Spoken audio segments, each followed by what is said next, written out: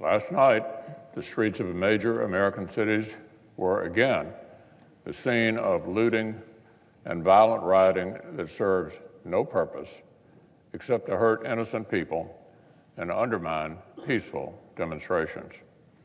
Every one of us has an obligation to distinguish peaceful protest over the killings of George Floyd, Breonna Taylor, and Ahmaud Arbery from the violent riots that continue to see innocent people hurt, businesses and neighborhoods destroyed, and law enforcement officers assaulted.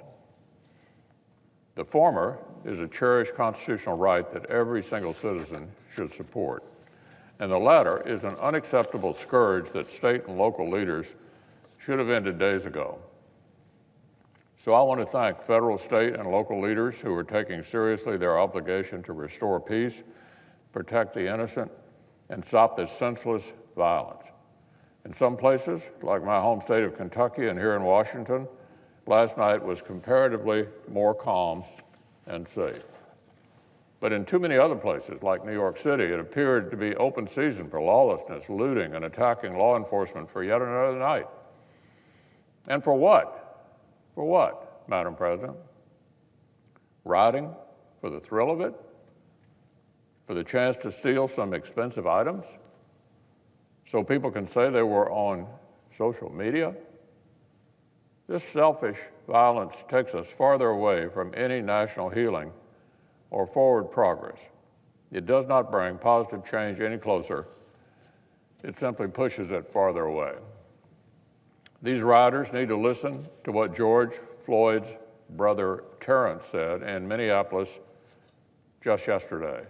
Here's what George Floyd's brother said. I understand you all are upset. I doubt you're half as upset as I am. So if I'm not over here blowing up stuff, if I'm not over here messing up my community, then what are you all doing? George Floyd's brother. You're doing nothing, he said, because that's not going to bring my brother back at all. End quote.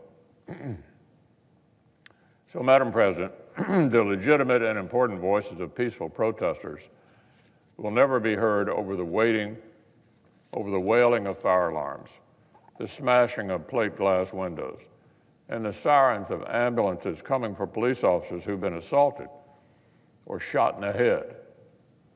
Our nation is united in horror and opposition to the violent killing of Mr. Floyd. We are united. It is well past time that we also unite on the side of peace in our streets and peace in our communities. We need to unite against these violent rioters who seek only to aggrandize themselves and further damage a nation that needs healing.